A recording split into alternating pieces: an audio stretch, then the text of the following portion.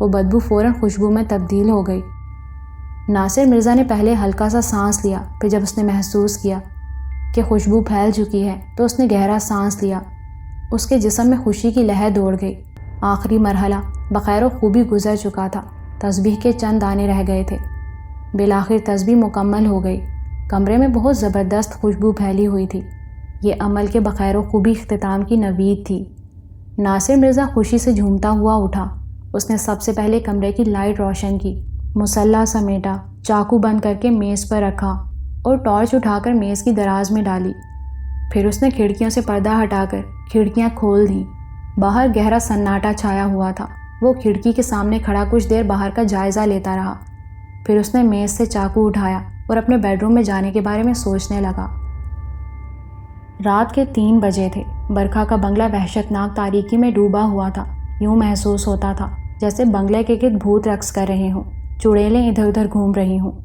اس بنگلے کی طرف دیکھتے ہی خوف کی لہر دل میں اٹھتی تھی۔ برکھا اپنے بیڈ روم میں بے چینی سے ٹہل رہی تھی۔ بار بار اس کی نظر گھڑی پر جا رہی تھی۔ 3 بج چکے تھے۔ اب کسی بھی وقت ایک مخصوص آواز سنائی دینے والی تھی۔ تبھی کتے کے رونے کی بھیانک آواز سنائی دینے لگی۔ یہ آواز ایک خاص وقفے سے 3 بار سنائی دی۔ برکھا فوراً اپنے بیڈ روم سے نکل کر باہر گیٹ پر پہنچی۔ اس نے گیٹ کے اندر سے ہی پوچھا، یہ تم ہو؟ جی برکھا جی، فوراً ہی باہر سے آواز آئی۔ واسم گیٹ سے لگا کھڑا تھا۔ واسم کی آواز پہچان کر برکھا نے فوراً گیٹ کھول دیا اور واسم سے کہا، آؤ۔ واسم خاموشی سے اس کے پیچھے چل دیا۔ واسم، برکھا نے پلٹ کر کہا۔ جی برکھا جی۔ واسم فوراً 2 قدم آگے بڑھ کر اس کے برابر چلنے لگا۔ جو کچھ میں نے تمہیں بتایا ہے وہ تم نے اچھی طرح سمجھ لیا ہے نا؟ جی برکھا جی، واسم نے فرما برداری سے کہا۔ ایک بار پھر تنبیہ کر رہی ہوں، اتنا جان لو کہ ساحل میری زندگی کا سرمایہ ہے۔ اس سلسلے میں تمہاری ذرا سی بھی کوتاہی مجھے تباہ کر سکتی ہے۔ تم جانتے ہو کہ اگر میں تباہ ہوئی تو پھر میرے ہاتھوں سے کوئی بھی نہ بچے گا۔ برکھا نے یہ بات انتہائی سنگین لہجے میں کہی۔ میں یہ بات اچھی طرح سمجھتا ہوں برکھا جی، آپ بے فکر رہیں، مجھ سے اس سلسلے میں کوئی کوتاہی نہیں ہوگی۔ واسم نے بڑے اعتماد سے کہا۔ میں آپ کے سرمایہ کی اپنی جان پر کھیل کر حفاظت کروں گا۔ شاباش، مجھے تم سے یہی امید ہے، برکھا نے خوش ہو کر کہا۔ بیڈ روم کے دروازے پر پہنچ کر برکھا نے دھیرے سے کواڑ کھولے اور پیچھے مڑ کر واسم سے مخاطب ہوئی، آ جاؤ۔ واسم نے اپنے جوتے اتارے اور پھر بڑے احترام سے اندر داخل ہوا، جیسے بیڈ روم میں نہیں کسی مندر میں داخل ہو رہا ہو۔ سامنے بیڈ روم پر ساحل عمر لیٹا ہوا تھا۔ اس کی آنکھیں بند تھیں اور وہ لمبے لمبے سانس لے رہا تھا۔ اس کے چہرے پر مردنی چھائی ہوئی تھی، رنگ زرد تھا اور ہاتھ پاؤں ڈھیلے پڑے ہوئے تھے۔ واسم نے گردن میں ہاتھ ڈال کر ساحل کو اٹھایا تو اس نے آنکھیں کھول دیں، لیکن نقاہت اتنی تھی کہ آنکھیں زیادہ دیر کھلی نہ رہ سکیں۔ وہ اپنے ہوش و حواس میں نہ تھا۔ سر، کھڑے ہو جائیے، میں آپ کو لینے آیا ہوں، واسم نے اسے سہارا دے کر اٹھاتے ہوئے کہا۔ ساحل عمر نے کھڑے ہونے کی کوشش کرتے ہوئے ایک مرتبہ پھر آنکھیں کھول کر دیکھا اور لڑکھڑاتی زبان میں بولا، تم کون ہو بھائی؟ سر، میں آپ کا داس ہوں، خادم ہوں، سرونٹ ہوں، واسم نے بڑے مؤدبانہ انداز میں کہا، پھر دھیرے سے بولا، سر، آپ نے اتنی کیوں پی لی؟ ارے بھائی، برکھا نے پلائی ہے۔ اس نے پلائی، ہم نے پی لی۔ اس کے ہاتھوں سے تو زہر بھی پیا جا سکتا ہے، ساحل عمر نے لڑکھڑاتے قدموں سے چلتے ہوئے نشیلے لہجے میں کہا۔ سر، آپ بہت اچھے آدمی ہیں، برکھا جی آپ سے بہت خوش ہیں۔ معلوم نہیں وہ ہم سے خوش ہے یا ناراض، لیکن ہم اس سے بہت خوش ہیں۔ وہ چڑھتی ہوئی ندی ہے، سب کچھ اپنے ساتھ بہا لے جانے والی۔ پھر چلتے چلتے ایک دم جیسے اسے ہوش آیا، اس نے اپنی آنکھوں کو بامشکل کھولا اور پھر بولا، برکھا ہے کہاں؟ میں تمہارے پاس ہوں ساحل، میں بھلا کہاں جاؤں گی؟ یہ کہہ کر برکھا نے اس کا ہاتھ تھام لیا۔ پھر دونوں نے مل کر اسے سڑک پر کھڑی گاڑی میں بٹھایا۔ برکھا نے واسم کو ایک چھوٹی سی شیشی دی جس میں سرخ رنگ کا پانی تھا۔ واسم نے وہ شیشی ڈیش بورڈ میں احتیاط سے رکھ دی۔ اس پانی کے 2 قطرے بہت ہوں گے، برکھا نے اسے بتایا۔ ٹھیک ہے، اس نے ہدایت نوٹ کر لی، بس پھر جاؤ، برکھا نے گاڑی کا دروازہ بند کرتے ہوئے کہا۔ اس کے بعد وہ گھوم کر دوسری کھڑکی کی طرف آئی۔ ساحل آنکھیں بند کیے بیٹھا تھا۔ اچھا ساحل، تم چلو، میں آتی ہوں، دیکھو پریشان مت ہونا، برکھا نے اس کا ہاتھ پکڑ کر کہا۔ ساحل عمر نے بامشکل اپنی بند آنکھیں کھولیں، اسے دیکھ کر مسکرایا اور پھر فوراً ہی اس کی آنکھیں بند ہو گئیں اس پر نشے کی سی کیفیت طاری تھی۔ پھر واسم نے گاڑی سٹارٹ کی اور اسے تیزی سے نکال لے گیا۔ گاڑی کی لال بتی جب دکھائی دینا بند ہو گئی تو برکھا نے سکون کا سانس لیا اور گیٹ بند کر کے اپنے بیڈ روم کی طرف بڑھنے لگی۔ صبح کا وقت تھا۔ ناصر مرزا رات کو سکون بھری نیند سویا تھا۔ صبح نہا دھو کر گھر سے نکلا تھا۔ اب اس کا رخ ماڈل کالونی کی طرف تھا۔ حافظ موسیٰ نے 5 دن کے بعد اسے اپنے پاس بلایا تھا۔ وظیفہ مکمل کرنے کے ساتھ یہ ہدایت بھی کی تھی کہ ساحل عمر کو ہمراہ لانا، اسے دیکھنا چاہتا ہوں۔ ناصر مرزا کو یہ ہدایت یاد تھی۔ اس نے ماڈل کالونی کا رخ کرنے سے پہلے ساحل عمر کو فون کیا۔ ایک تو وہ اسے وظیفے کی کامیابی کی خبر سنانا چاہتا تھا، دوسرے وہ اسے حافظ موسیٰ خان سے ملانا چاہتا تھا۔ اماں نے فون اٹھایا۔ ناصر مرزا نے اماں کی خیریت دریافت کر کے ساحل عمر کے بارے میں پوچھنا چاہا تو اماں کی گھبراہٹ بھری آواز سنائی دی، ناصر خیریت نہیں ہے۔ کیا ہوا اماں؟ وہ پریشان ہو کر بولا۔ ساحل رات سے غائب ہے، انہوں نے بتایا۔ غائب ہے؟ ناصر مرزا حیران ہو کر بولا، اس بات کا کیا مطلب ہے؟ وہ رات کو 12 بجے کے قریب اچانک کہیں اٹھ کر چلا گیا، اماں گویا ہوئیں۔ آپ کو بتائے بغیر؟ ناصر مرزا نے سوال کیا۔ مجھے بتانا تو دور کی بات ہے، وہ گاڑی میں بیٹھا اور گھر کا گیٹ بھی کھلا چھوڑ گیا۔ ہیں؟ ناصر مرزا پریشان ہوا۔ اتنی کیا ایمرجنسی تھی؟ بعد میں اس کا کوئی فون وون بھی نہیں آیا؟ ابھی تک تو نہیں آیا، وہ تشویش بھرے لہجے میں بولیں۔ میرے ساحل کو ضرور کچھ ہو گیا ہے، اس پر کسی نے جادو کروا دیا ہے، وہ ایسا تو کبھی نہ تھا۔ چند دنوں میں اس کی حالت ہی بدل گئی ہے۔ اچھا اماں، آپ پریشان نہ ہوں، اس وقت میں ماڈل کالونی جا رہا ہوں، ضروری کام ہے، وہاں سے واپسی پر آپ کی طرف آتا ہوں۔ ساحل کہیں نہیں جائے گا، ہو سکتا ہے وہ میرے آنے سے پہلے ہی گھر پہنچ جائے۔ ناصر مرزا نے تسلی دی۔ اللہ کرے ایسا ہی ہو، اماں کے دل سے دعا نکلی۔ ساحل عمر کے اس طرح اچانک چلے جانے کی وجہ سے ناصر مرزا خاصا پریشان ہو گیا تھا۔ 2 دن پہلے ساحل کی جو حالت ناصر نے دیکھی، اس سے بخوبی اندازہ ہو گیا تھا کہ وہ ان جادوگر ماں بیٹی کے پھیر میں آ گیا ہے، لیکن ناصر مرزا کو یہ پتہ نہ تھا کہ ان جادوگرنیوں کے اثرات اتنے گہرے ہو گئے ہیں کہ وہ بغیر بتائے دیوانوں کی طرح سب کچھ چھوڑ چھاڑ کر نصف رات کو اس طرح نکل جائے گا۔ آخر اس پر ایسی کیا بیتی کہ وہ نصف رات کو گھر سے نکلنے پر مجبور ہو گیا؟ آخر وہ گیا کہاں؟ اس طرح کے سوالات اس کے دماغ میں چکراتے رہے۔ وہ اس مسئلے کے ہر پہلو پر غور کرتا رہا، یہاں تک کہ حافظ موسیٰ خان کا گھر آ گیا۔ ناصر مرزا نے اپنی گاڑی ان کے گھر کے سائے میں کھڑی کر کے بیل کا بٹن دبایا۔ کچھ دیر کے بعد وہی 15-16 سال کا لڑکا گیٹ پر آیا۔ اس نے ناصر مرزا کو دیکھ کر بڑے مہذبانہ انداز میں کہا، جی فرمائیے، مجھے حافظ صاحب سے ملنا ہے، انہوں نے مجھے آج کے دن بلایا تھا۔ میرا نام ناصر مرزا ہے۔ ناصر مرزا نے اپنے بارے میں تمام معلومات ایک ہی جملے میں فراہم کر دیں۔ آئیے، اس لڑکے نے راستہ چھوڑتے ہوئے اندر آنے کا اشارہ کیا۔ ناصر مرزا گیٹ میں داخل ہو کر رک گیا۔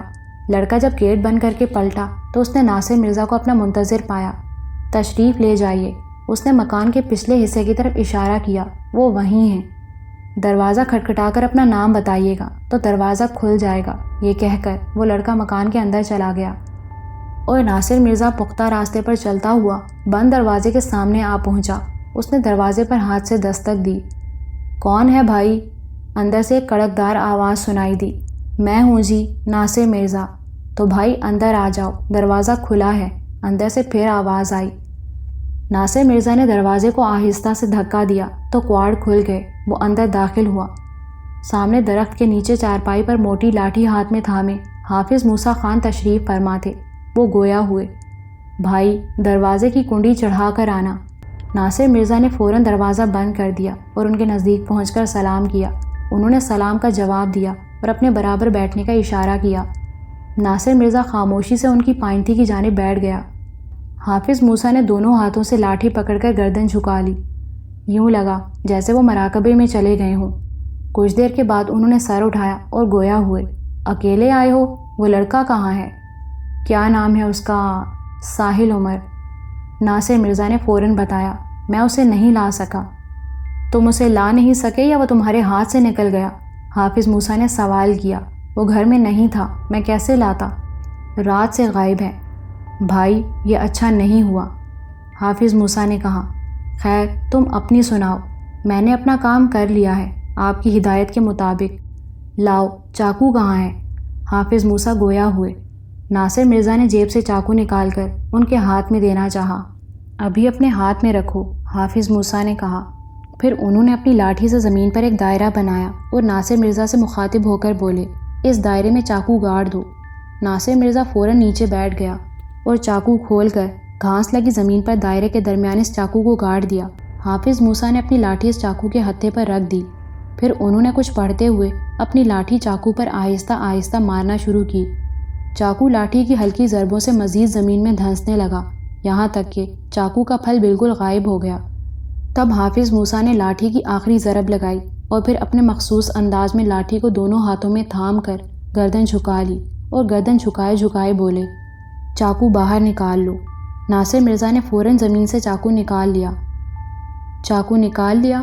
جی۔ اس کی نوک پر کیا لکھا ہے؟ ارے اس کی نوک تو سنہری ہو گئی ہے، ناصر مرزا نے چاقو کو دیکھتے ہوئے کہا۔ مبارک ہو، تمہاری محنت رائے گاہ نہیں گئی، اسے آنکھیں مل گئی ہیں۔ حافظ صاحب میں سمجھا نہیں۔ ارے بھائی یہ میرے جیسا اندھا نہیں رہا۔ ناصر مرزا کی سمجھ میں بات اب بھی نہ آئی، لیکن اس نے مزید سوال کرنا مناسب نہ سمجھا۔ یہ چاقو تمہارے بہت کام آئے گا، بس اس کی حفاظت کرنا۔ جی اچھا، ناصر مرزا نے کہا، پھر چند لمحے توقف کر کے بولا، مجھے اپنے دوست کی بہت فکر ہے۔ ساحل عمر کی بات کر رہے ہو؟ جی، اسے ڈھونڈو، تلاش کرو، حافظ موسیٰ نے کہا، اب جاؤ۔ یہ کہہ کر انہوں نے پھر دونوں ہاتھوں سے لاٹھی پکڑ لی اور اپنی گردن جھکا لی۔ ناصر مرزا کچھ دیر بیٹھا رہا، وہ ان سے سوال کرنا چاہتا تھا کہ کہاں تلاش کروں، مگر وہ یہ سوال باوجود کوشش کے نہ کر پایا۔ حافظ موسیٰ نے بھی سر نہ اٹھایا، بالآخر اسے وہاں سے اٹھنا پڑا۔ وہ دونوں ساحل عمر کے گھر میں سر جوڑے بیٹھے تھے۔ ناصر مرزا نے مسعود آفاقی کو تمام صورتحال سے آگاہ کر دیا تھا۔ وہ باتیں جو مسعود آفاقی کے علم میں نہیں تھیں وہ بھی اس نے بتا دی تھیں۔ دونوں کا ذہن بار بار ورشا اور برکھا کی طرف جا رہا تھا۔ انہیں یقین تھا کہ ساحل عمر ورشا کے گھر کی طرف گیا ہے، اس کے علاوہ وہ کہیں نہیں جا سکتا تھا۔ اگر جاتا تو اب تک پلٹ کر آ گیا ہوتا۔ ان کا خیال تھا کہ وہ ورشا کے گھر جا کر کسی مصیبت کا شکار ہو گیا ہے۔ اب مسئلہ یہ تھا کہ ورشا کے گھر جا کر اسے کس طرح چیک کیا جائے۔ دونوں میں سے کسی نے ورشا کا گھر نہیں دیکھا تھا۔ وہ اسی ادھیڑ بن میں تھے کہ ورشا کا گھر کس طرح معلوم کیا جائے کہ مسعود کے ذہن میں ایک ترکیب آئی۔ وہ بولا، اگر ورشا کا ٹیلی فون نمبر معلوم ہو جائے تو پھر اس کا پتہ معلوم کرنے کی کوشش کی جا سکتی ہے۔ اماں نے صبح سے رو رو کر برا حال کر رکھا تھا، اب بھی وہ بیٹھی رو رہی تھیں۔ ٹیلی فون نمبر کا ذکر سنا تو انہوں نے فوراً دوپٹے سے آنسو پونچھے اور ساحل عمر کی ڈائری اٹھا لائیں جس میں اس نے ٹیلی فون نمبر لکھے ہوئے تھے۔ مسعود آفاقی نے جلدی جلدی اس ڈائری کے ورق الٹے، بالآخر ایک جگہ اسے ورشا کا ٹیلی فون نمبر لکھا نظر آ گیا۔ مسعود آفاقی کا ایک دوست ٹیلی فون کے محکمے میں ڈی اے لگا ہوا تھا۔ اس نے ٹیلی فون کر کے اپنا مسئلہ بتایا۔ اس نے جواب میں کہا کہ 5 منٹ انتظار کرو۔ 5 منٹ کے بعد جب گھنٹی بجی تو وہ ٹیلی فون کی نہ تھی بلکہ گھر کی تھی۔ اماں فوراً گیٹ کی طرف بھاگی، ناصر مرزا اور مسعود آفاقی بھی ان کے پیچھے چلے۔ اماں نے جلدی سے گیٹ کھولا۔ گیٹ پر جو شخص کھڑا تھا اس سے وہ دونوں ناواقف تھے، لیکن اماں اسے پہچانتی تھیں۔ وہ بازغر تھا۔ وہ کچھ عرصہ پہلے ساحل عمر سے ملنے آیا تھا۔ اماں نے اسے ڈرائنگ روم میں بٹھا کر سوتے ہوئے ساحل کو اٹھایا تھا۔ وہ ساحل سے ایک چیتے کی تصویر بنوانے آیا تھا، ساتھ ہی وہ رشا ملوک کی تصویر بھی خریدنا چاہتا تھا۔ ساحل عمر نے اس تصویر کو فروخت کرنے سے انکار کر دیا تھا۔ وہ جاتے ہوئے اپنا ٹیلی فون نمبر دے گیا تھا کہ تحقیقات کی تصویر مکمل ہونے پر اسے اطلاع دے دی جائے، لیکن ساحل عمر تصویر مکمل کرنے کے بعد اسے اطلاع نہیں دے سکا تھا کیونکہ پینسل سے لکھا ہوا نمبر کسی طرح مٹ گیا تھا۔ بعد میں وہ تصویر بھی نہ رہی تھی۔ آج وہ آیا تھا تو گھر میں تحقیق کی تصویر تھی، نہ وہ مصور تھا جس نے تحقیق کی تصویر بنائی تھی۔ بازغر کا حلیہ وہی تھا، پہاڑی نقوش اور سر پر لگی ٹوپی۔ جی فرمائیے، ناصر مرزا اس سے مخاطب ہوا۔ بازغر نے کوئی جواب دینے کے بجائے گھر کی جانب قدم بڑھائے۔ ناصر مرزا نے یہ سوچ کر کہ شاید یہ شخص گیٹ پر کھڑے رہ کر بات نہیں کرنا چاہتا، اس لیے اس نے اسے اندر جانے کا راستہ دے دیا۔ راستہ ملتے ہی وہ ایک لمحے کے لیے بھی وہاں نہیں رکا۔ ناصر مرزا اور مسعود آفاقی، جی فرمائیے کیا کام ہے، کس سے ملنا ہے، پوچھتے رہ گئے۔ وہ بہت تیزی سے آگے بڑھا، اتنی تیزی سے کہ ان تینوں کو حیرت ہوئی۔ وہ اس کے پیچھے چلے۔ اتنی دیر میں وہ گھر میں داخل ہو گیا۔ ارے! مسعود آفاقی حیران ہو کر اس کے پیچھے دوڑا۔ ناصر مرزا بھی بھاگا۔ ان دونوں کے پیچھے اماں بھی لگ گئیں۔ یار یہ عجیب شخص ہے، اپنے ابا کا گھر سمجھ کر اندر داخل ہو گیا ہے۔ مسعود آفاقی نے غصے میں کہا۔ پھر ان دونوں نے پورا گھر چھان مارا لیکن وہ اندر آنے والا شخص انہیں کہیں نہیں دکھائی دیا۔ گھر کا سٹور حتیٰ کہ واش روم تک دیکھ لیے گئے۔ اس گھر کا ایک دروازہ پچھلے حصے کی طرف کھلتا تھا، اسے چیک کیا گیا، وہ لاک تھا۔ کچھ سمجھ میں نہ آیا کہ وہ شخص گھر میں داخل ہونے کے بعد کدھر سے نکل گیا، جبکہ وہ دونوں اس کے گھر میں داخل ہونے کے فوراً بعد اندر آ گئے تھے۔ چند لمحوں بعد اماں بھی ہانپتی کانپتی گھر میں داخل ہو گئی تھیں۔ گھر کی اچھی طرح تلاشی لینے کے بعد گھر کے باہر بھی اگلے پچھلے دونوں حصوں میں اسے تلاش کر لیا گیا تھا، لیکن وہ کہیں نظر نہ آیا۔ جب یہ تینوں اس کے پیچھے بھاگے تو گیٹ کھلا ہوا چھوڑ آئے تھے، لیکن اس وقت وہ گیٹ بند تھا۔ باقاعدہ اندر سے کنڈی تو نہ لگی تھی، لیکن گیٹ کے دونوں پٹ اس طرح بند تھے کہ دور سے دیکھنے میں ہی احساس ہوتا تھا کہ گیٹ اندر سے بند ہے۔ کیا وہ شخص اندر جانے کے بعد فوراً ہی باہر آ گیا تھا اور باہر آ کر پورے اطمینان سے گیٹ سے نکل گیا تھا اور جاتے جاتے کھلے گیٹ کو بند کر گیا تھا؟ سوال یہ تھا کہ وہ گھر میں کیا کرنے کے لیے داخل ہوا تھا۔ اس سوال کا جواب بھی بہت آسان تھا، لیکن ان کے لیے مشکل اس لیے تھا کہ وہ اس بات کی توقع نہ رکھتے تھے کہ ایسا بھی ہو سکتا ہے۔ وہ شخص محض اس کام کے لیے گھر میں داخل ہوا تھا۔ یہ چوری اماں نے پکڑی تھی۔ جب گھر میں داخل ہونے والے شخص کی تلاش جاری تھی تو اماں کی ایک دم نظر خالی دیوار پر پڑی تھی۔ ان کا دل دھک سے ہو کر رہ گیا تھا۔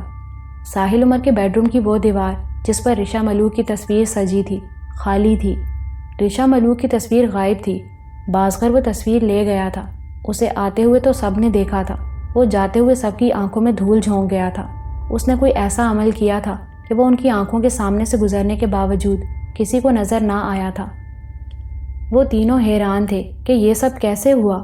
ان تینوں میں سے سب سے زیادہ پریشان ناصر مرزا تھا۔ اس کی تو عقل میں ہی نہیں سما رہی تھی یہ بات۔ بازغر کے بارے میں اماں کے تفصیل سے بتانے پر یہ بات تو سمجھ میں آ رہی تھی کہ وہ رشا ملوک کی تصویر کیوں اٹھا کر لے گیا۔ اس کا رشا ملوک سے تعلق بنتا تھا، لیکن یہ بات اس کے گلے سے نہیں اتر رہی تھی کہ وہ انسان نہیں، کوئی اور مخلوق تھا۔ ابھی وہ تینوں بیٹھے اس کے بارے میں باتیں کر رہے تھے، جس کے علم میں جتنی بات تھی وہ سامنے لا رہا تھا۔ اتنے میں ٹیلی فون کی گھنٹی بجی۔ ناصر مرزا نے مسعود آفاقی کو اشارہ کیا، ریسیور اٹھاؤ۔ اس کا خیال تھا کہ یہ ٹیلی فون مسعود کے دوست کا ہوگا۔ اس کا یہ اندازہ درست ثابت ہوا۔ ادھر سے وہی بول رہا تھا، ہاں مسعود، تم نے جو ابھی ٹیلی فون نمبر دیا تھا اس کا ایڈریس لکھ لو۔ 1 منٹ یار۔ مسعود آفاقی نے اماں کو کاغذ پینسل لانے کا اشارہ کیا۔ اماں ایک سادہ کاغذ اور بال پوائنٹ ساحل عمر کی میز پر سے اٹھا لائیں۔ ادھر سے ایڈریس لکھوایا گیا۔ پھر اس نے کہا، مسعود، یہ ٹیلی فون کسی مناف نامی شخص کا ہے۔ ظاہر ہے مناف اس کے باپ کا نام ہوگا۔ تمہارا بہت شکریہ یار، تم نے ہمارا ایک بڑا مسئلہ حل کر دیا۔ یہ کہہ کر مسعود آفاقی نے ریسیور رکھ دیا اور جو ایڈریس اس نے کاغذ پر اتارا تھا وہ ناصر مرزا کے سامنے رکھ دیا۔ Garden asset. ناصر مرزا نے پتے پر ایک نظر ڈال کر کہا، پتہ تو زیادہ مشکل نہیں ہے، آسانی سے پہنچا جا سکتا ہے۔ کیا کرنا چاہتے ہو؟ ورشا کے بنگلے پر چل کر دیکھنا ہوگا۔ تمہارا کیا خیال ہے کہ اس طرح وہ اسے ہمارے سامنے کر دے گی؟ اس سے مل کر یہ اندازہ تو ہو جائے گا کہ آیا وہ اس کے بنگلے پر گیا یا نہیں۔ ورشا اگر گھر پر ہوگی تو اس سے کچھ نہ کچھ آئیڈیا ضرور ہو جائے گا۔ یہ بھی تو ہو سکتا ہے کہ ساحل عمر اس کے گھر میں موجود ہو اور وہ جھوٹ بول دے۔ ہاں، ایسا بھی ہو سکتا ہے، لیکن میں اس کے گھر جا کر اس سے بات ضرور کرنا چاہتا ہوں۔ اس سے ملنے کے بعد ہی آگے کا لائحہ عمل طے کیا جا سکتا ہے۔ ہم اس سلسلے میں پولیس سے مدد کیوں نہیں لیتے؟ مسعود آفاقی نے رائے دی۔ تمہارے وہاں تعلقات بھی بہت ہیں، پولیس کیا کرے گی؟ ناصر مرزا بیزاری سے بولا۔ تعلقات کے باوجود میری بھتیجی کا قاتل آج تک نہیں پکڑا گیا۔ عابد منجم کے قتل کا کوئی سراغ نہیں ملا۔ ساحل عمر کے سلسلے میں وہ کیا کرے گی؟ ابھی تو صورتحال بھی واضح نہیں ہے۔ وہ خود گھر سے گیا ہے۔ ہم پولیس سے کیا کہیں گے؟ کس کے نام FIR درج کرائیں گے؟ ابھی میں پولیس کو درمیان میں نہیں لانا چاہتا، خود ہی کچھ کرنا ہوگا، ناصر مرزا نے سمجھایا۔ چلو پھر اٹھو، چلتے ہیں۔ مسعود آفاقی اچانک اٹھ کر کھڑا ہو گیا۔ ارے ابھی کہاں جا رہے ہو؟ دوپہر کا کھانا کھا کر جانا۔ نہیں اماں، کھانے کا تکلف نہ کریں، ہم لوگ چلتے ہیں۔ آپ پریشان نہ ہوں، تسلی رکھیں، انشاءاللہ جلد ہی ساحل عمر مل جائے گا۔ اللہ کرے ایسا ہی ہو، اماں کے دل سے دعا نکلی۔ تب وہ دونوں اٹھ کر گھر سے باہر نکل آئے اور اپنی اپنی گاڑیوں میں بیٹھ کر آگے پیچھے چل دیے۔ گارڈن ایسٹ کا علاقہ ناصر مرزا کا دیکھا ہوا تھا۔ اسے ورشا کا بنگلہ تلاش کرنے میں کوئی دقت نہ ہوئی۔ جب وہ دونوں اپنی اپنی گاڑیاں بنگلے کی دیوار کے ساتھ لگا کر گیٹ کی طرف بڑھے تو ناصر مرزا نے اس بنگلے پر ایک نظر ڈال کر کہا، مسعود، اس بنگلے پر تو وحشت برس رہی ہے۔ صحیح کہہ رہے ہو، واقعی کوئی بھوت بنگلہ محسوس ہو رہا ہے، مسعود آفاقی نے تائید کی۔ بنگلے کی کال بیل دبا کر وہ دونوں گیٹ سے ذرا پیچھے کھڑے ہو گئے۔ تھوڑی دیر کے بعد انہیں گیٹ کے پیچھے آہٹ محسوس ہوئی۔ گیٹ کے درمیان خلا میں ایک آنکھ نظر آئی، پھر وہ آنکھ فوراً ہی غائب ہو گئی اور آنے والا واپس چلا گیا۔ اگر ان دونوں میں سے کوئی اخلاقیات کو پرے رکھ کر آگے بڑھ کر گیٹ کے درمیان سے جھانک لیتا تو اسے اندازہ ہو جاتا کہ آنے والا نہ تھا، آنے والی تھی، اور یہ آنے والی برکھا کے سوا کوئی نہ تھی۔ اس نے گیٹ پر کھڑے دونوں بندوں کو صاف دیکھ لیا تھا۔ ایک کو اس نے پہچان بھی لیا تھا، وہ ناصر مرزا تھا۔ دوسرے شخص کے بارے میں اس نے اندازہ لگا لیا تھا کہ وہ ساحل عمر کا فوٹوگرافر دوست ہوگا۔ وہ ان دونوں کے سامنے جانا نہیں چاہتی تھی، ابھی وہ کچھ دیر ورشا کی آڑ لینا چاہتی تھی۔ اسے امید تھی کہ ورشا ان دونوں کو اچھی طرح ٹیکل کر لے گی۔ تھوڑی دیر کے بعد پھر کوئی گیٹ پر محسوس ہوا۔ اس نے بھی گیٹ سے باہر جھانکا اور پھر ذرا سا ہٹ کر مترنم لہجے میں سوال کیا، آپ کون؟ ہم دونوں ساحل عمر کے دوست ہیں، ہمیں ورشا صاحبہ سے ملنا تھا، ناصر مرزا نے آگے بڑھ کر کہا۔ ایک منٹ، ادھر سے آواز آئی، پھر چند لمحوں بعد ہی گیٹ کھل گیا۔ ورشا گیٹ سے تھوڑا سا باہر آئی اور بڑے مؤدبانہ انداز میں بولی، جی فرمائیے، میرا نام ورشا ہے۔ ناصر مرزا نے برکھا کو تو دیکھا تھا لیکن ابھی تک اس کا ورشا سے سامنا نہیں ہوا تھا۔ مسعود آفاقی نے تو برکھا کو بھی نہیں دیکھا تھا۔ اب دونوں نے ایک ساتھ ورشا کو دیکھا تو دیکھتے ہی رہ گئے۔ وہ زرد رنگ کی ساڑھی باندھے ہوئے تھی، بغیر آستین کا سرخ بلاؤز، کھلے ہوئے بال، شاید وہ کچھ دیر قبل نہائی تھی۔ اس کا چہرہ بے حد فریش تھا، آنکھوں میں بے پناہ کشش، ہونٹوں پر دل لبھانے والی مسکراہٹ۔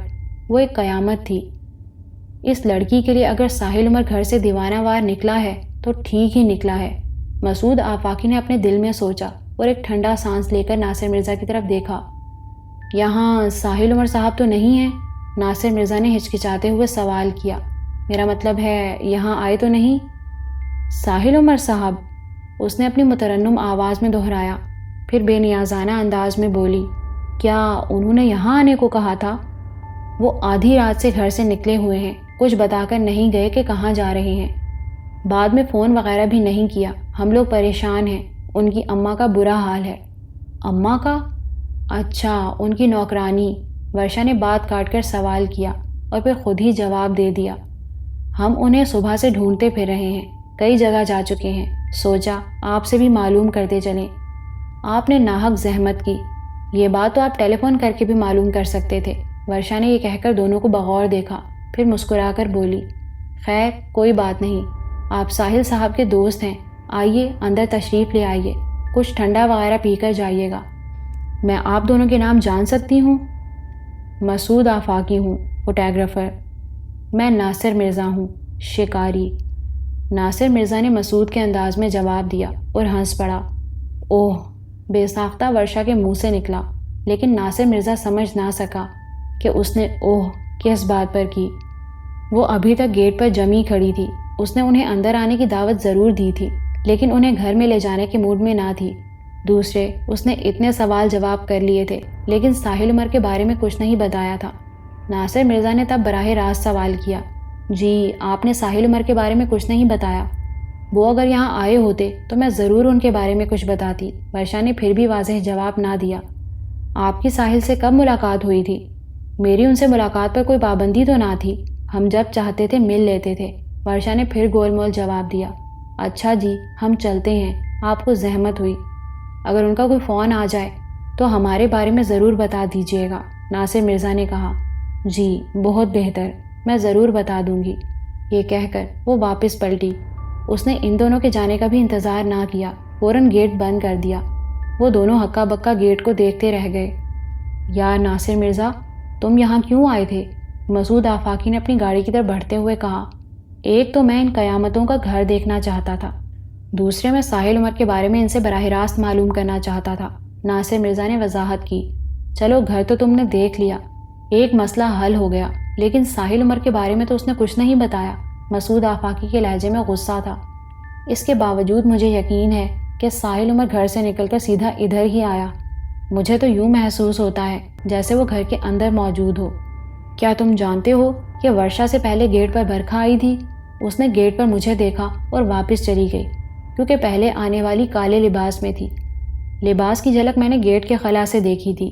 اندر جا کر اس نے ورشا کو بھیج دیا کہ وہ گول مول جواب دے کر ہمیں ٹرخا دے، لیکن ہم ٹرکنے والوں میں سے نہیں ہیں۔ ناصر مرزا پرعزم لہجے میں بولا۔ اے بھائی، کیا کرنے کا ارادہ ہے؟ مسعود آفاقی ذرا چونک کر بولا۔ یار ایک بات ہے، ساحل اپنی گاڑی پر گھر سے نکلا ہے۔ اگر وہ اس وقت گھر میں موجود ہے تو اس کی گاڑی بھی یہاں موجود ہوتی۔ ناصر مرزا نے قیاس آرائی کی۔ تم نے یہ بات تو عقل مندی کی کہی ہے۔ میں ذرا گیٹ سے اندر جھانک کر دیکھ لوں، ممکن ہے گاڑی اندر کھڑی نظر آ جائے۔ ہاں دیکھو۔ مسعود آفاقی اپنی گاڑی میں بیٹھتا بیٹھتا باہر نکل آیا۔ دونوں نے باری باری گیٹ کے درمیان جو خلا تھا اس سے اندر جھانک کر دیکھا۔ اس سے سامنے کا ایک محدود حصہ نظر آ رہا تھا، وہاں گاڑی نہ تھی۔ مسعود، کیا خیال ہے، بنگلے کے پیچھے نہ چلیں؟ ناصر مرزا نے پوچھا۔ ایک نظر پچھواڑے میں بھی ڈال لیں۔ چلو، مسعود آفاقی نے اتفاق کیا۔ وہ دونوں اپنی گاڑیاں وہیں چھوڑ کر بنگلے کے پیچھے آ گئے۔ دوپہر کا وقت تھا، اچھی خاصی گرمی تھی۔ پچھلی گلی میں کوئی نہ تھا۔ دیوار اونچی تھی لیکن اتنی اونچی نہ تھی کہ اس پر چڑھا نہ جا سکے۔ دیوار میں ایک جگہ بلاک ٹوٹا ہوا تھا۔ ناصر مرزا نے پیر اس میں ٹکایا اور ذرا سا اچک کر دیوار کو دونوں ہاتھوں سے تھام لیا۔ جب اس نے سامنے نظر ڈالی تو اس کی آنکھیں چمک اٹھیں۔ ساحل عمر کی گاڑی ایک درخت کے نیچے کھڑی تھی۔ وہ فوراً دیوار سے اتر آیا اور مسعود آفاقی کو فوراً اپنے پیچھے آنے کا اشارہ کیا۔ وہ جلد سے جلد یہاں سے ہٹ جانا چاہتا تھا۔ ساحل کی گاڑی اندر موجود ہے، ناصر مرزا نے راستے میں بتایا۔ پھر کیا کہتے ہو، گھر میں گھس جائیں؟ مسعود آفاقی کو جوش آ گیا۔ برکھا بڑے اثر و رسوخ والی عورت ہے، گھر میں زبردستی داخل ہونے کی صورت میں ہم پر کیس بھی بن سکتا ہے۔ ناصر مرزا نے اسے سمجھایا، پھر چند لمحے توقف کر کے بولا۔ گھر چلو، وہاں کچھ بیٹھ کر سوچتے ہیں۔ یار، معاملہ بہت سنگین ہو گیا ہے۔ مجھے یوں لگتا ہے جیسے میرا دوست کسی مشکل میں گرفتار ہو گیا ہو۔ مسعود آفاقی نے بڑے تشویش بھرے انداز میں کہا اور اپنی گاڑی کا دروازہ کھول کر اس میں بیٹھ گیا۔ پھر دونوں گاڑیاں آگے پیچھے اپنے رستے پر ہو لیں۔ دونوں گاڑیوں کے جانے کے بعد وہ شخص درخت کی اوٹ سے نکل آیا۔ قریب ہی اس کی موٹر سائیکل کھڑی تھی۔ موٹر سائیکل کی گدی پر بیٹھ کر اس نے اپنی شرٹ کی جیب سے موبائل فون نکالا اور کسی کا نمبر ملانے لگا۔ مشکل سے 30 سیکنڈ اس نے کسی سے بات کی، پھر موبائل فون اپنی جیب میں ڈال لیا۔ وہ اگرچہ ورشا کے بنگلے سے ذرا فاصلے پر کھڑا تھا، لیکن اتنی دور نہ تھا کہ اسے بنگلے کا گیٹ دکھائی نہ دے رہا ہو۔ وہ وہاں انجان بنا کھڑا تھا، لیکن اس کی نظریں بنگلے کے گیٹ پر تھیں۔ وہ وہاں کئی گھنٹے سے تھا۔ کبھی وہ اپنی موٹر سائیکل چیک کرنے بیٹھ جاتا، کبھی بنگلے کے گیٹ تک آ کر واپس اپنی جگہ پہنچ جاتا، کبھی درخت کے سہارے کھڑے ہو کر سگریٹ پینے لگتا۔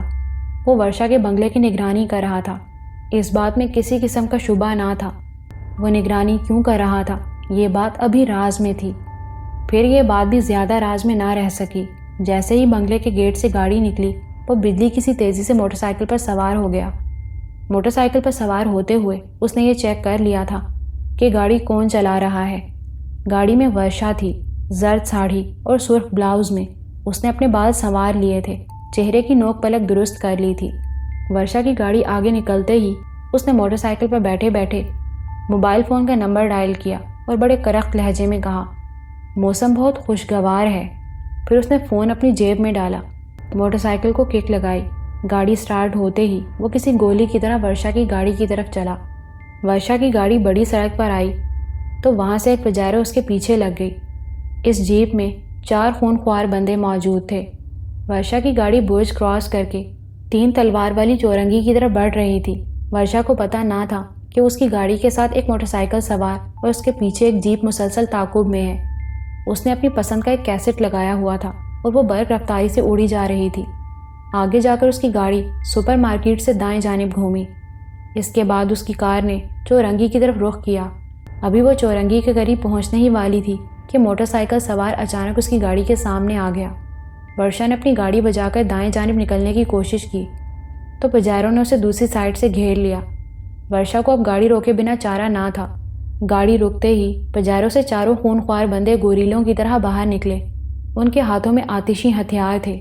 ورشا بھی مسئلے کو سمجھ بھی نہ پائی تھی کہ اسے اٹھا کر پجیرو میں ڈال دیا گیا اور پجیرو آندھی طوفان کی طرح وہاں سے نکل گئی۔ موٹر سائیکل سوار نے اپنی گاڑی ایک سائڈ پر کھڑی کر کے ورشا کی گاڑی سڑک کے کنارے کھڑی کی گاڑی لاک کر کے اس کی چابی اپنی جیب میں ڈالی، پھر وہیں کھڑے ہو کر موبائل فون کا نمبر ڈائل کیا اور بڑے مؤدبانہ انداز میں بولا، سر، آپریشن کٹی پتنگ بخیر و خوبی پایا تکمیل کو پہنچا۔ ٹیلی فون بند کر کے اس نے جیب میں ڈالا اور پھر موٹر سائیکل سٹارٹ کر کے واپس شہر کی طرف چل دیا۔ ٹیلی فون کی گھنٹی مسلسل چینخ رہی تھی، ریسیور اٹھانے والا کوئی نہ تھا۔ برکھا اپنے بیڈ روم میں نہ تھی، وہ واش روم میں تھی۔ گھنٹی کی آواز اسے سنائی دے رہی تھی لیکن وہ فوراً نکل نہیں سکتی تھی، وہ نہانے میں مصروف تھی۔ اسی اثنا میں ٹیلی فون کی گھنٹی وقفے وقفے سے بج کر بند ہو چکی تھی۔ کوئی برکھا کو مسلسل فون کر رہا تھا۔ ٹیلی فون کی گھنٹی بار بار بجنے کی وجہ سے وہ جلدی جلدی نہا کر نکل آئی۔ اس نے اپنے جسم کے گرد ایک بڑا سا تولیہ لپیٹا ہوا تھا، بالوں سے پانی بوند بوند موتی کی طرح ٹپک رہا تھا۔ اس نے جلدی سے ریسیور اٹھایا۔ ہیلو برکھا جی، اتنی دیر سے ٹیلی فون کر رہا ہوں، کہاں تھیں آپ؟ ادھر سے بے چینی سے پوچھا گیا۔ ابھی نہا کر نکلی ہوں، برکھا نے بتایا۔ ورشا تو وقت پر پہنچ گئی نا؟ اسی لیے فون کر رہا ہوں، صاحب آنے والے ہیں اور ورشا ابھی تک نہیں پہنچی ہیں۔ یہ کیا کہہ رہے ہو تم؟ برکھا ایک دم پریشان ہو گئی۔ وہ یہاں سے ٹھیک وقت پر نکلی ہے، اسے تو وہاں کب کا پہنچ جانا چاہیے۔ وہ یہاں ابھی تک نہیں پہنچی۔ اس کے لہجے میں گھبراہٹ تھی۔ صاحب کا فون آ چکا ہے، وہ آنے والے ہیں۔ برکھا جی، بڑا غضب ہو جائے گا، میری نوکری خطرے میں پڑ جائے گی۔ ارے بھاڑ میں گئی تمہاری نوکری۔ برکھا کو ایک دم غصہ آ گیا۔ مجھے اپنی بیٹی کی فکر پڑی ہے، وہ اب تک وہاں کیوں نہیں پہنچی؟ کہاں رہ گئی وہ؟ اب میں کیا کہہ سکتا ہوں؟ اس نے پریشان لہجے میں کہا۔ اب میں صاحب کو کیا جواب دوں گا؟ تم پریشان مت ہو، صاحب سے میری بات کرا دینا، میں سنبھال لوں گی۔ تم ایسا کرو، فوراً کسی آدمی کو بھیجو، کہیں اس کی گاڑی نہ خراب ہو گئی ہو۔ ویسے ایسا امکان تو نہیں، احتیاطاً کہہ رہی ہوں، ٹائر پنکچر نہ ہو گیا ہو۔ برکھا نے اسے تسلی دینے کی کوشش کی۔ ٹھیک ہے برکھا جی، میں آدمی بھیج کر راستہ چیک کراتا ہوں، اس نے کہا۔ آپ 10 منٹ بعد ذرا فون کر لیجئے گا، میں آپ ہی صاحب سے بات کرا دوں گا، ان کو بس آپ ہی سنبھال سکتی ہیں۔ مرو مت، میں فون کر لوں گی، تم فوراً بندہ بھیجو۔ یہ کہہ کر برکھا نے ریسیور رکھ دیا۔ ورشا کی آنکھوں پر کس کر پٹی باندھ دی گئی تھی اور اس کے برابر ایک بندہ بیٹھ گیا تھا۔ اس کے ہاتھ میں ریوالور تھا اور اس ریوالور کی نال اس کی پسلیوں میں چبھ رہی تھی۔ چلتے ہوئے اس سے کہا گیا تھا، اگر زندگی چاہتی ہو تو خاموش بیٹھی رہنا، لیکن وہ خاموش نہیں بیٹھی رہ سکی تھی۔ اسے یہ تو اندازہ ہو گیا تھا کہ اسے اغوا کیا گیا ہے، لیکن وہ یہ نہیں سمجھ پائی تھی کہ اسے کس کے ایما پر اغوا کیا گیا ہے اور وہ اسے کہاں لیے جا رہے ہیں۔ اس نے پوچھا تھا، مجھے صرف اتنا بتا دو کہ اس واردات کے پیچھے کون ہے۔ یہ معلوم ہونے کے بعد میں ایک لفظ بھی نہیں بولوں گی۔ یہ بات ہم میں سے کوئی نہیں جانتا، بس اب سوال مت کرنا، اس کے برابر بیٹھے ہوئے شخص نے سخت لہجے میں کہا۔ کیا تم لوگوں سے کوئی غلطی تو نہیں ہو گئی؟ کیا تم جانتے ہو کہ میں کون ہوں؟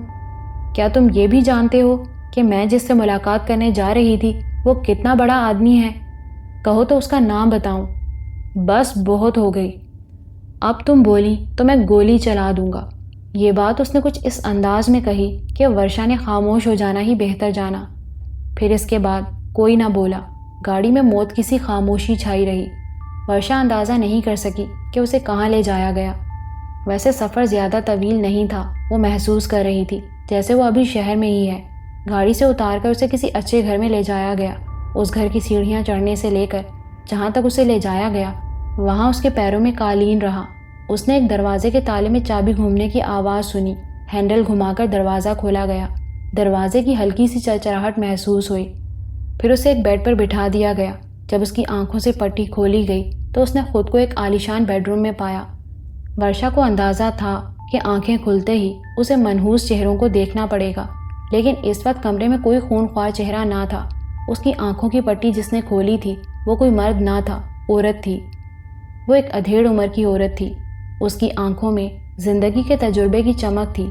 وہ شلوار قمیض میں تھی اور وہ ورشا کو بڑی دلچسپی سے دیکھ رہی تھی۔ برکھا نے نمبر ملا کر ریسیور کان سے لگایا۔ ہیلو، ادھر سے بھاری آواز میں کہا گیا۔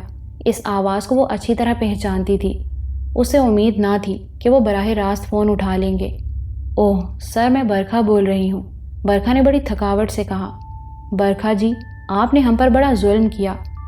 اب دیکھو نا، قوم نے ہمارے کاندھے پر کتنی بھاری ذمہ داری ڈال دی ہے۔ اس قومی وقت میں سے ہم نے 2 گھنٹے کس مشکل سے نکالے ہیں۔ آپ یہ بات نہیں جانتی ہوں گی، ہمارا خیال تھا کہ یہ 2 گھنٹے ہم کسی حسین رفاقت میں گزاریں گے، لیکن یہاں آ کر تو بدمزگی ہو گئی۔ برکھا جی، آپ نے ہم پر بڑا ظلم کیا۔ سر، میں معذرت چاہتی ہوں۔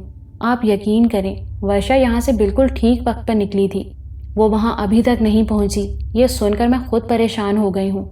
میں نے کچھ دیر پہلے عرفی سے بات کی تھی، پتہ نہیں اس نے راستہ چیک کرنے کے لیے کسی بندے کو بھیجا یا نہیں۔ یہ عرفی میرے سامنے بیٹھا ہے، اس سے بات کر لیں، سر نے کہا، اور موبائل فون اس کے ہاتھ میں دینے کے بجائے آف کر دیا اور موبائل میز پر پھینک کر کھڑے ہو گئے۔ ناٹک کرتی ہے ہمارے ساتھ۔ ہر وقت قوم کا درد دل میں لیے پھرنے والے کا دل خراب ہو چکا تھا۔ وہ یہاں اپنا غم غلط کرنے آیا تھا، کسی اور کے غم میں مبتلا نہیں ہونے آیا تھا۔ اس نے جلتی آنکھوں سے عرفی کو دیکھا اور پھنکارتا ہوا بولا، ڈرائیور سے کہو گاڑی باہر نکالے۔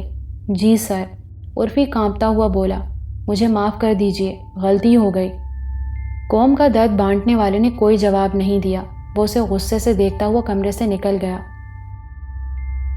کیا دیکھ رہی ہو؟ ورشا نے اس عورت کو اس قدر محبت سے دیکھتے ہوئے پایا تو سوال کر بیٹھی۔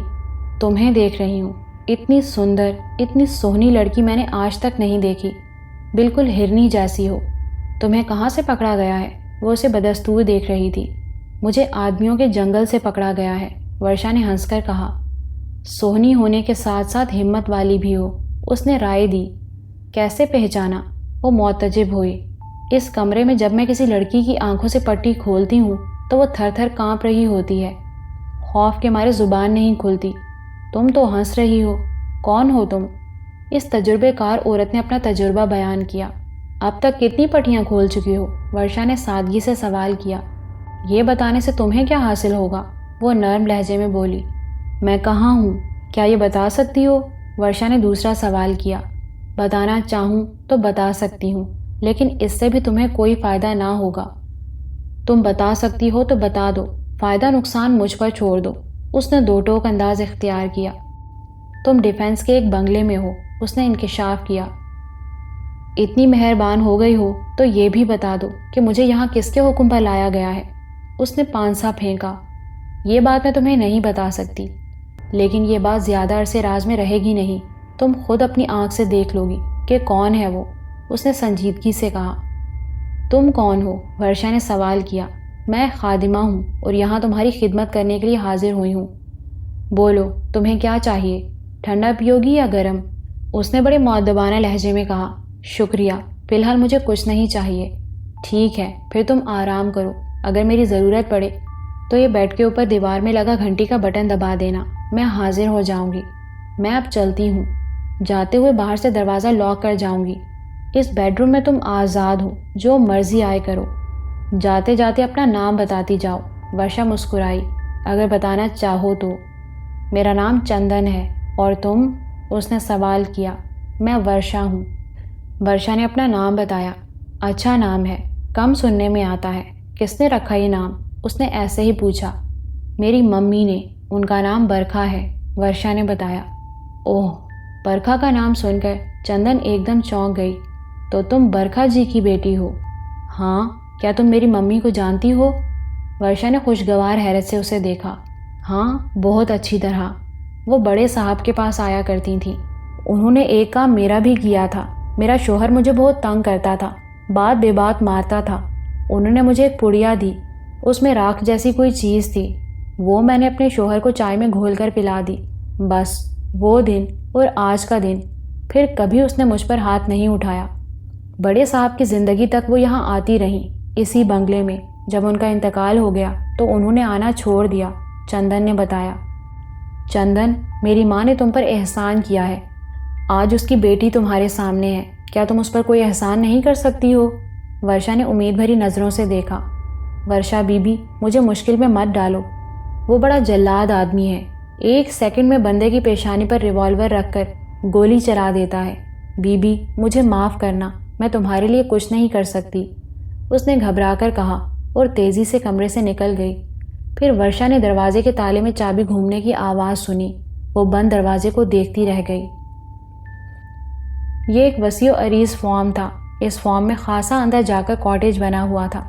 واسم نے اپنی گاڑی کاٹیج کے دروازے سے ملا کر کھڑی کی اور ہارن دیا۔ چند لمحوں بعد کاٹیج کا دروازہ کھلا۔ سونا مسکراتی ہوئی باہر آئی۔ واسم، تمہیں آنے میں کچھ دیر نہیں ہو گئی؟ سونا نے گاڑی میں جھانک کر ساحل عمر کو دیکھتے ہوئے کہا۔ راستے میں ایک جگہ چیکنگ ہو رہی تھی، راستہ بدل کر آیا ہوں، واسم نے بتایا۔ پھر ان دونوں نے ساحل عمر کو سہارا دے کر گاڑی سے اتارا۔ گاڑی سے اترتے ہوئے ساحل عمر نے ایک دم آنکھیں کھولیں، خالی نگاہوں سے باری باری دونوں کو دیکھا اور پھر ان کے کندھوں کا سہارا لے کر یوں چلنے لگا جیسے وہ دونوں اس کی مرضی کے مطابق اسے کہیں لیے جا رہے ہوں۔ اسے کچھ ہوش نہ تھا، وہ کہاں ہے، کیا کر رہا ہے۔ برکھا جی نے اس کے بارے میں کیا ہدایت کی ہے، اسے کہاں رکھنا ہے؟ سونا نے کاٹیج کی سیڑھیاں چڑھتے ہوئے پوچھا۔ اندر والے کمرے میں رکھنا ہے، سیج پر لٹانا ہے، واسم نے اسے گہری نظروں سے دیکھتے ہوئے کہا۔ واسم، تم بھی خوب ہو، اسے تم سیج کہتے ہو؟ سونا نے اسے ترچھی نظروں سے دیکھا۔ اچھا چلو، سیج مت کہو، موت کی سیج کہہ لو، اب تو ٹھیک ہے؟ ہاں، وہ کمرہ تو قربان گاہ ہے، سونا نے گہرا سانس لے کر کہا۔ سونا، ایک بات کان کھول کر سن لو، کوئی غلطی نہیں ہونی چاہیے۔ برکھا جی نے بہت سخت تنبیہ کی ہے، اگر ذرا بھی کوئی گڑبڑ ہوئی تو ہم لوگوں کی خیر نہیں۔ واسم نے کمرے میں داخل ہوتے ہوئے اسے سمجھایا۔ نہیں، کوئی غلطی نہیں ہوگی، تم بے فکر رہو، سونا نے اسے یقین دلایا، پھر توقف کر کے بولی۔ برکھا جی کب آئیں گی؟ ان سے فون پر بات کرنا ہوگی، پھر جب وہ کہیں گی انہیں جا کر لانا ہوگا، واسم نے بتایا۔ پھر وہ دونوں اندر والے کمرے کے دروازے پر رک گئے۔ سونا نے اپنا کندھا اس کے بازو سے نکالا اور واسم سے بولی، واسم ذرا سنبھالو۔ واسم نے جھولتے ساحل عمر کو مضبوطی سے تھام لیا۔ تب وہ زمین پر بیٹھ کر ساحل عمر کے جوتے اتارنے لگی۔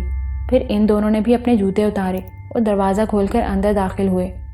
یہ ایک چوکور کمرہ تھا، سرخ رنگ کا قالین بچھا ہوا تھا، اس کے علاوہ اس میں کوئی سامان نہ تھا۔ اس کمرے کے درمیان میں شاید ایک تخت پڑا ہوا تھا، وہ چاروں طرف سے ایک کالی چادر سے ڈھکا ہوا تھا۔ ساحل عمر کو اس پر احتیاط سے لٹا دیا گیا اور پھر دونوں الٹے قدموں واپس دروازے کی طرف گئے اور باہر نکل کر دروازہ مقفل کر دیا۔ صبح ہو چکی تھی، سورج کی روشنی ایک دم ہی اس کی آنکھوں پر پڑی تھی۔ اس کی بند آنکھوں پر تمازت محسوس ہوئی تو اس نے فوراً آنکھیں کھولیں اور پھر فوراً ہی اٹھ کر بیٹھ گیا۔ سورج کی روشنی اوپر بنے روشن دان سے آ رہی تھی اور ایک مخصوص جگہ پر پڑ رہی تھی۔ ساحل عمر نے نظریں گھما کر چاروں طرف دیکھا۔ یہ ایک عجیب و غریب کمرہ تھا۔ وہ جس چیز پر بیٹھا ہوا تھا وہ پتھر کی طرح سخت تھی اور اس پر ایک بڑی سی کالی چادر پڑی ہوئی تھی۔ اس نے کھڑے ہو کر جب یہ دیکھنے کے لیے چادر کھینچی کہ وہ کہاں لیٹا ہوا تھا، دکھ کی ایک لہر اس کے اندر اترتی چلی گئی۔ وہ کسی کی قبر تھی۔ اس قبر کا کتبہ سرہانے کے بجائے درمیان میں لگا ہوا تھا، جس پر صاحب قبر کا نام، سن ولادت اور سن وفات لکھا ہوا تھا۔ اسے دکھ اس بات کا ہوا تھا کہ وہ کسی کی قبر پر لیٹا ہوا تھا، شاید وہ رات کو سویا بھی اسی قبر پر تھا۔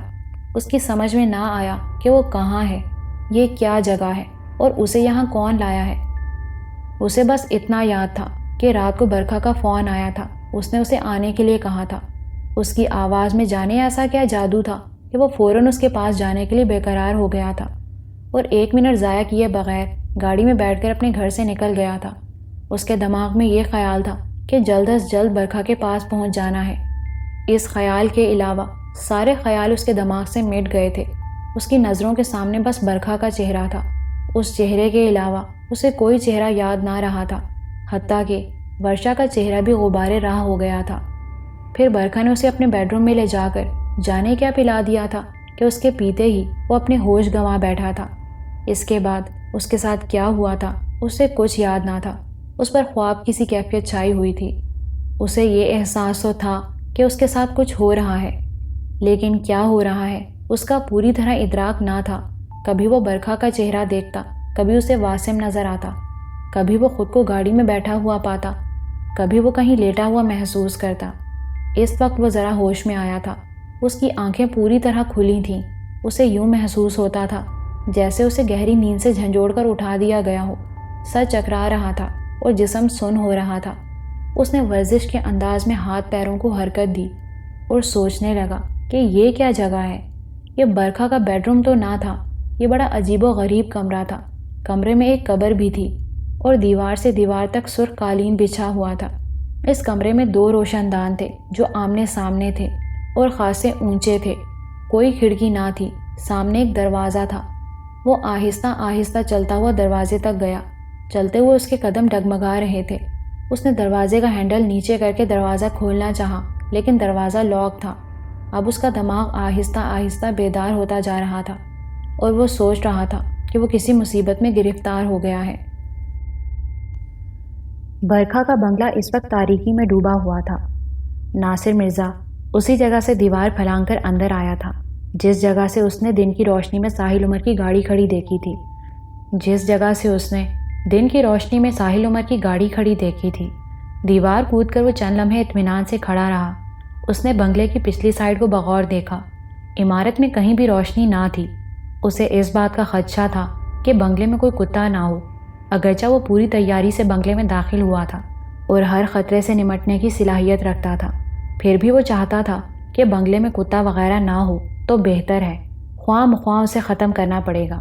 جب اسے یقین ہو گیا کہ بنگلے میں کوئی کتا موجود نہیں ہے تو وہ نپے تلے قدموں سے آگے بڑھا۔ اسٹریٹ لائٹ جہاں تک اندر آ رہی تھی وہاں تک وہ اس کی روشنی میں آگے بڑھتا رہا، اور جب اندھیرا بڑھنے لگا تو اس نے محدود دائرے والی چھوٹی سی ٹارچ روشن کر لی۔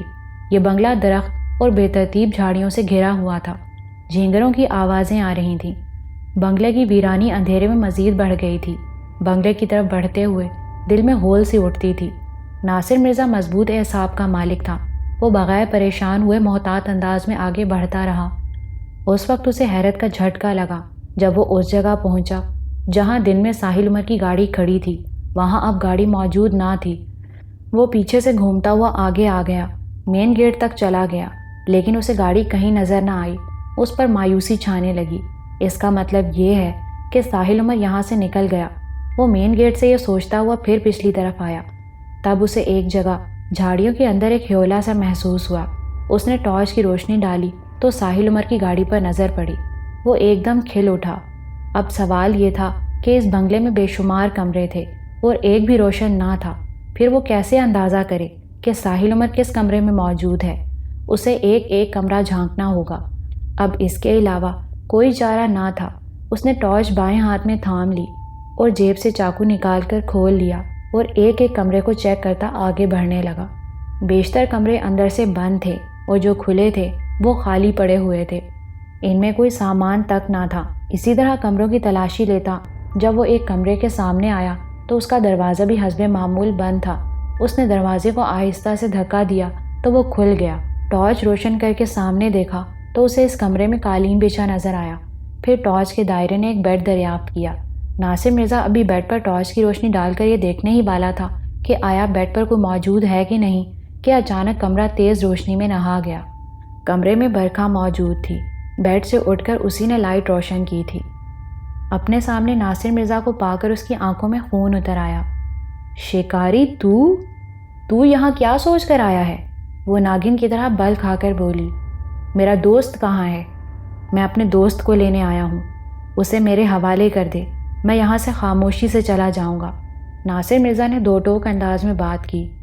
کس دوست کی بات کرتا ہے؟ میں تیرے کسی دوست کو نہیں جانتی۔ اس دوست کی جس کی گاڑی تیرے گھر کی جھاڑیوں میں چھپی ہوئی ہے۔ ناصر مرزا نے اس کی آنکھوں میں آنکھیں ڈال کر کہا۔ اچھا تو پورے گھر کی تلاشی لے آیا ہے؟ برکھا جو اب تک کھڑی تھی بیڈ پر بیٹھ گئی اور اسے گھورتے ہوئے بولی۔ تو نے میرے گھر میں داخل ہو کر اچھا نہیں کیا۔ میں نے یہاں آ کر اچھا کیا ہے یا برا کیا ہے اس بات کو چھوڑ، مجھے باتوں میں الجھانے کی کوشش نہ کر۔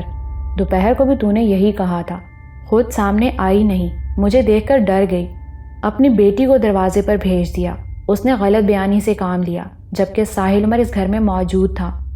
تو اس لڑکے کے پیچھے کیوں پڑ گئی ہے؟ وہ میرا بہت پیارا دوست ہے، اگر اس کو کچھ ہو گیا تو پھر تجھے زندہ نہیں چھوڑوں گا۔ میرے گھر میں گھس کر مجھے قتل کی دھمکی دیتا ہے۔ ابھی اگر میں پولیس کو کال کر لوں تو جانتا ہے تجھ پر کتنے مقدمے بن جائیں گے۔ تو یہ بات اچھی طرح جانتا ہوگا۔ جانتا ہے نا؟ برکھا نے ترچھی نگاہوں سے دیکھا۔ میں تیرے گھر کی دیوار پھلانگ کر آیا ہوں۔ میں اس طرح کود کر اندر آیا ہوں تو کچھ سوچ کر ہی آیا ہوں گا۔ تو اپنا شوق پورا کر، پولیس کو کال کر، پھر دیکھ تماشا۔ ناصر مرزا پولیس بلانے کی دھمکی پر تھوڑا پریشان ہو گیا تھا، لیکن اس نے اپنی پریشانی ظاہر نہ ہونے دی۔ اس نے اسے الٹی دھمکی دے کر چکرا دیا۔ اگر وہ ڈر جاتا تو وہ اسے اور ڈراتی، لیکن وہ ڈرنے والوں میں سے نہ تھا۔ تو کیا چاہتا ہے؟ برکھا کا لہجہ تھوڑا نرم ہوا۔ میں یہاں ساحل عمر کو لینے آیا ہوں، اسے میرے حوالے کر دے۔ اور میری بیٹی کا کیا ہوگا؟ ایک انوکھا سوال ہوا۔ کہیں تو ساحل عمر اور ورشا کی شادی کے چکر میں تو نہیں ہے؟ یاد رکھ، میں ایسا نہیں ہونے دوں گا۔ میں کیا کہہ رہی ہوں، تو کیا کہہ رہا ہے؟ تو جو کہنا چاہ رہی ہے میں اچھی طرح سمجھتا ہوں۔ ورشا کہاں ہے؟ ناصر مرزا اس سوال پر چونکا۔ اس سوال کا کیا مطلب ہے؟ تمہارے جانے کے بعد سے میری ورشا غائب ہے۔ اس کی گاڑی کلفٹن چورنگی کے نزدیک سے ملی ہے۔ مجھے یقین ہے کہ تم لوگوں نے اسے اغوا کروایا ہے، برکھا نے اس کی آنکھوں میں دیکھتے ہوئے کہا۔ اوہ، تو ورشا اغوا ہو چکی ہے۔ ورشا کے اغوا کا سن کر ناصر مرزا کے دل میں ٹھنڈک سی پڑ گئی۔ کوئی تو ان ظالموں کو نقصان پہنچانے والا پیدا ہوا۔ جس نے بھی ورشا کو اغوا کیا ہے اس کے لیے اس کے دل سے دعا نکلی۔ واہ بھائی، تو نے کمال کیا، اللہ تیرا بھلا کرے۔ ناصر مرزا نے 1 سیکنڈ کے 1000ویں حصے میں یہ بات طے کر لی کہ وہ اغوا کے معاملے کو ہرگز کلیئر نہیں کرے گا۔ برکھا خود بخود جال میں پھنس گئی تھی۔